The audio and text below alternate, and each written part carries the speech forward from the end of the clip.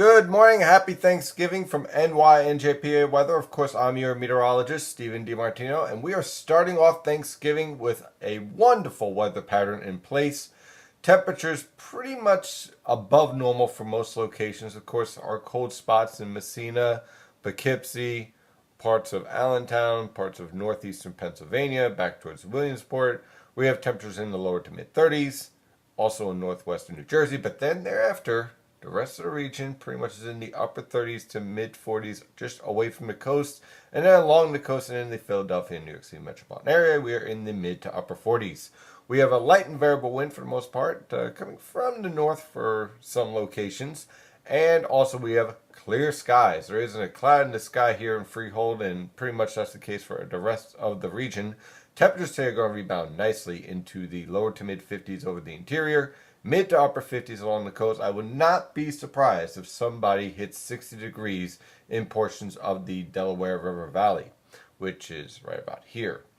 So what can we expect for the rest of your Turkey Day? Okay, let's get to Thanksgiving here. High pressure is in complete control. No worries with this storm here. It's going to remain out in the Atlantic, forced out because of the weather pattern we have in place.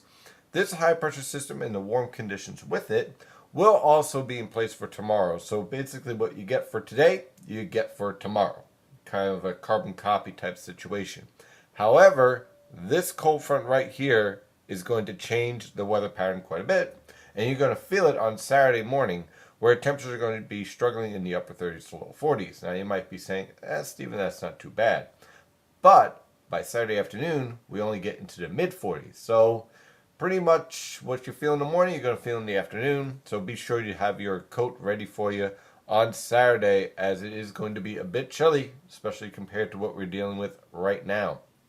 So once this cold front moves through, we're going to be transitioning back to slightly below normal temperatures to near normal temperatures for this time of year. After all, we are talking about the last week of November here. So for the most part, we're dealing with what would be typical November type weather. Not too stormy, but certainly a bit chillier after this cold front moves through. Taking a look at the water vapor satellite picture. Okay, why am I showing you this? Because it illustrates so beautifully why this pattern is working out the way it is for today. You see this huge upper level low here?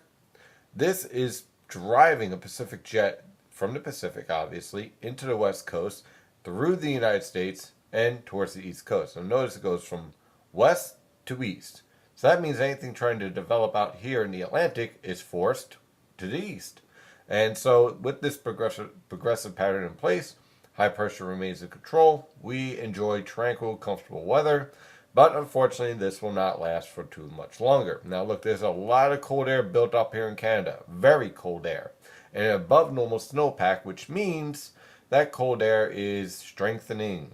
And that is bad news if you are looking for a warm winter. This upper level low, as long as it's in place, is going to keep us in a rather tranquil weather pattern. However, you see this kink right here? This is telling me that this upper level low is going to shift back to the west. And what that is going to lead is that this jet stream that's slamming into the west coast will be positioned more towards western Canada, northwestern Canada, and portions of Alaska, which leads to a nice ridge over the west and a trough in the east, and us having to deal with the threat of yet another storm. Whether it's rain or snow, don't know yet. There's a lot to work out here, a lot of what we call in the business volatility, because we don't know how the disturbances are going to interact and phase and so on and so forth. But I will tell you this, that the tranquil, comfortable weather pattern that we have been experiencing for the past couple of days is very short-lived. It does not have much of a lifespan and will be basically expiring on Saturday. Sorry, but that's the case.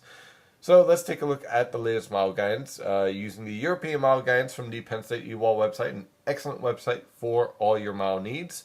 You can see by this evening, high pressure remains in control over much of the eastern United States. Here's our powerful storm, unfortunately creating some rather unsettled conditions over the Pacific Northwest. The rest of the country is absolutely beautiful with tranquil weather conditions. Yes, there's a cold front moving through the plains, but it's not going to cause too many travel delays. And all of the East Coast is absolutely beautiful. So if you're traveling today, this morning, you have no problems whatsoever for your travel needs. Plenty of traffic, of course, but it comes with the territory. Once again, on Friday, pretty much a carbon copy of today. Now, that cold front will be approaching. It will be moving through late tomorrow night into Saturday morning.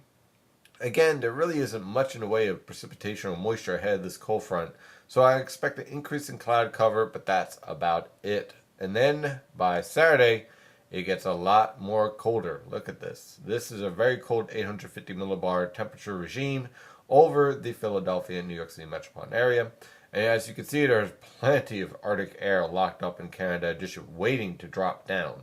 Keep that in mind as we move forward over the next couple of weeks. Now, with this weather pattern in place, Saturday again is going to be rather chilly. And unfortunately, as we move forward towards Sunday and Monday, well, it remains rather cold as well. Basically, looking at temperatures in the mid to upper 40s for highs for much of this upcoming week. I really don't see much of a warm-up. I don't see a case for a warm-up. It just doesn't make any sense. So I'm keeping temperatures in the mid to upper 40s, slightly below normal, as the bulk of the Arctic air remains over the northern Great Lakes, the northern plains, and of course much of Canada, where most people would want it to stay. Now, by the end of the forecast period, we do have a storm that could potentially cause some problems on Wednesday morning. There's a lot of volatility, like I said, with this. We're going to have to keep an eye on it. Some models take this low pressure system right here and takes it along the coast, producing a rather interesting weather pattern for the northern mid-Atlantic. However, the majority of the models take that storm track from the Ohio River Valley into central Pennsylvania and towards the central Hudson River Valley and eventually towards northern New England. That storm track would lead to rather wet conditions along the coast, potentially some snow over the interior. We're going to keep an eye on this storm because, again, we're dealing with an Arctic air mass here, especially over portions of Canada, and that can at times play some tricks on the models. So we're going to keep an eye on this. There's no reason to jump the gun and try to make snow maps and declarations of storms or no storm or blizzard or no blizzard and all this other nonsense. Sit back, relax, enjoy the show. Let's see how this plays out. We'll have a lot more data by Sunday and certainly much more on Monday once these disturbances get on the playing field that we know as North America. A little bit of data helps. Let's just put it that way. Moving on for the rest of the forecast, as we look at this pattern evolution, I'm going to give everyone a strong warning for Thanksgiving. A little gift, even if you're not a premium member. Do not follow the models like as if it is the written word of God. Everyone always does this. Let me just put it to you like this. We are in a step-down process. All my premium members know about this. As such, we do not just drop into the weather pattern, into the winter weather pattern I'm expecting, and pretty much everyone else is expecting at this point. But what we do, we slowly step down to it. So it gets cold, moderates a little bit. It gets very cold, moderates a little bit. It gets incredibly, insanely cold, and we get annoyed, and we start getting our storms, and then we step back a little bit. That's how a step-down process works, and that's what we're dealing with here. And finally, I just want to mention once again, if you are interested in learning more about this winter weather pattern, we are having a winter weather workshop with Storm Surge LLC, of course, the new group I am a part of. We're going to be talking about El Nino. We're going to be talking about models. We're going to be talking about the winter. And the proceeds go to the American Red Cross, who will be helping out with the impacts from Hurricane Sandy. We have two seminars, one between 10 and 11:30 a.m. in Perkasie, Pennsylvania on December 1st. Here's the address right here. The other one, this is just to the west of Trenton here. Perfect for anybody who is around Philadelphia and wants to go visit. And of course, around New York City, we're going to have the other one between 3 and 4:30 p.m. on December 1st in Butler, New Jersey.